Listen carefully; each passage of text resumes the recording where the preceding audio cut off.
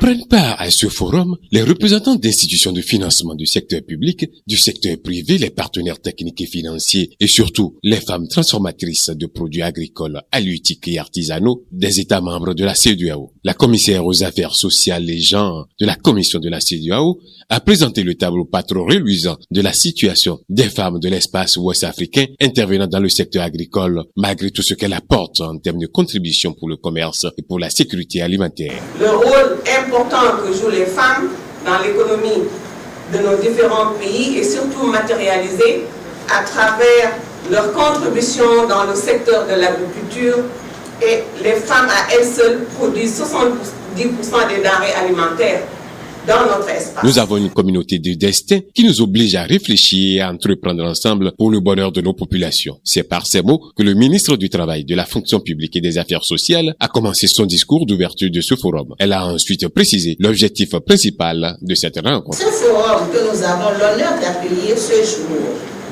vise essentiellement à améliorer durablement la contribution des femmes dans le développement des filières agricoles, halieutiques et artisanales en Afrique de l'Ouest. Quelle belle idée!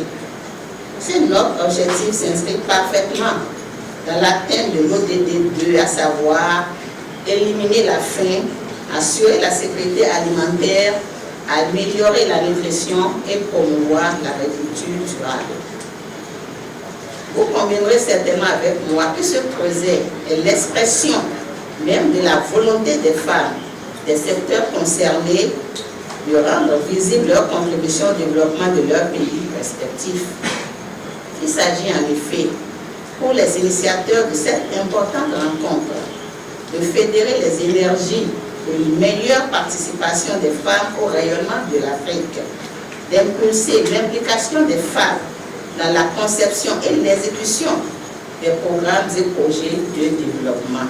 Elle a ensuite fait remarquer qu'il y a une similitude de vision entre la CEDEAO et le gouvernement béninois en matière de promotion de la femme. Je salue la disponibilité de la CEDEAO à accompagner techniquement et financièrement les femmes, ces groupements de femmes béninoises qui s'investissent dans la transformation des produits agricoles, halieutiques et artisanaux.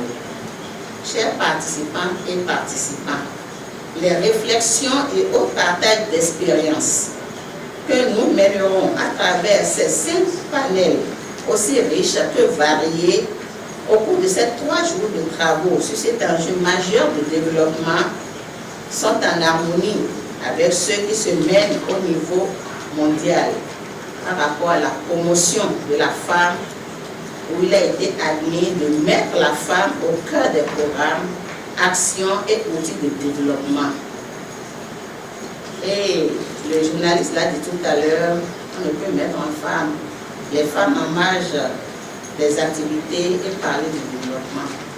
Elles représentent, nous le savons tous, plus de la moitié de la population et sont dotées d'atouts majeurs. Et les hommes en savent quelque chose. Donc, donner un peu plus de place et un peu plus de moyens pour contribuer au développement des nations.